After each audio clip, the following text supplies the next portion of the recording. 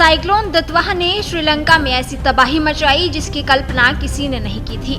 भारी बारिश, तेज हवाएं और लगातार बढ़ते पानी ने पूरे देश में हड़कंप मचा दिया।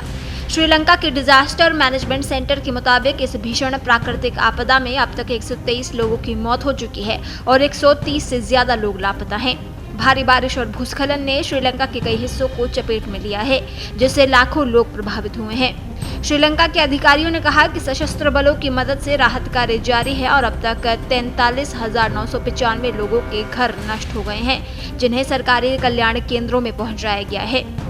श्रीलंका सरकार ने सैन्य हेलीकॉप्टर और नौकाओं का इस्तेमाल करते हुए फंसे हुए लोगों को निकालने की कोशिश की। राजधानी कोलंबो से लेकर नॉर्थ श्रीलंका तक हर जगह बारिश और बाढ़ ने जिंदगी को ठहरा सा दिया है। कई इलाकों में हालात इतने खराब हो गए हैं कि लोगों को अचानक घर छोड़कर सरकारी शेल्टर में जाना पड़ा। हालांकि कई हिस्सों में बारिश कम हो गई है, लेकिन साइक्लोन दितवाह का बचा असर अभी भी उत्तरी श्रीलंका में सक्रिय है, जिससे लगातार पानी भर रहा है। इस कारण प्रशासन लगातार लोगों को सुरक्षित जगहों पर पहुंचाने में जुटा है।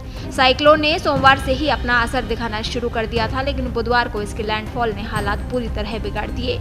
कई इलाकों में रिकॉर्ड तोड़ बारिश हुई, जिसने निचले इलाकों में भयंकर बाढ़ ला दी।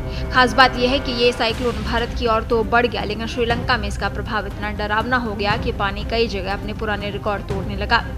केलानी नदी, जो कोलंबो से होकर गुजरती है, शुक्रवार शाम अचानक उफान पर आ गई।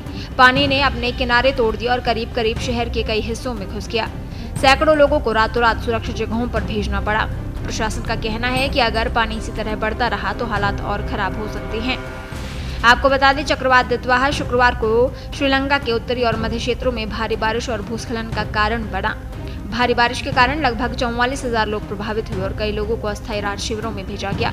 कई क्षेत्रों में जलभराव के कारण सार्वजनिक सेवाएं प्रभावित हुई और बुनियादी ढांचे को गंभीर नुकसान हुआ। श्रीलंकाई सेना और पुलिस बलों ने राहत और बचाव कार्य तेज किए। कोलंबो से लगभग 220 किलोमीटर उत्तर पूर्व में पोलो नारुवा में एक पुल पर फंसे 13 लोगों को हेलीकॉप्टर से सुरक्षित बाहर निकाला गया।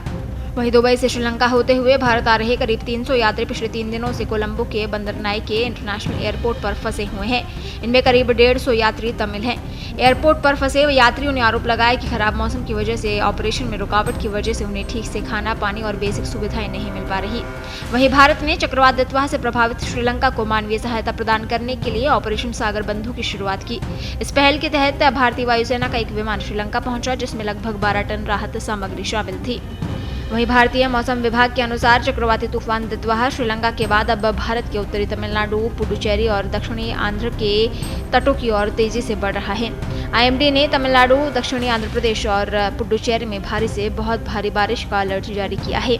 चक्रवाती तूफान दितवाह रविवार की सुबह तक उत्तरी तमिलनाडु और दक्षिणी आंध्र प्रदेश के तटों के पास पहुंचेगा।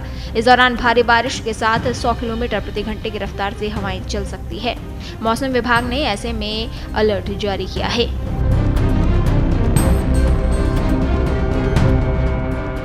देश दुनिया की ताजा खबरें और वीडियोस के लिए अभी डाउनलोड करें पत्रिका ऐप।